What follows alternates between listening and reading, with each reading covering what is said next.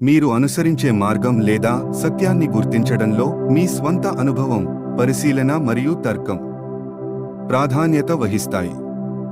మీరు ఇతరుల మాటలు, చదివిన విషయాలు లేదా గైడ్లను అంగీకరించడానికి ముందు వాటిని మీ స్వంత బుద్ధి, విశ్లేషణ ద్వారా పర్యవేక్షించాలి. ఈ ట్రిపుల్ ట్రూత్ను అందరికీ బోధించడం చాలా ముఖ్యం.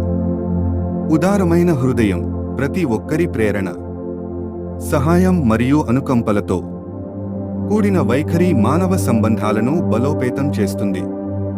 ఇది మనస్సులో మంచి భావనలను పెంపొందిస్తుంది మరియు సమాజానికి సంతోషాన్ని తెస్తుంది. దయగల మాటలు, సానుభూతితో మరియు ఆత్మీయతతో మాట్లాడటం, ఇతరుల భావనలకు గౌరవం చూపించడం మనకు మధ్యలో స్నేహపరమైన సంబంధాలను సృష్టిస్తుంది. ఇది క్షమాపణ, సానుభూతి మరియు సహాయం వంటి నైతిక విలువలను ప్రసారం చేస్తుంది. సేవ మరియు కరుణతో కూడిన జీవితం, ఇలాంటి జీవితం మన దారులను, మన సమాజాన్ని మరియు ప్రపంచాన్ని పునరుద్ధరించే శక్తి కలిగి ఉంటుంది.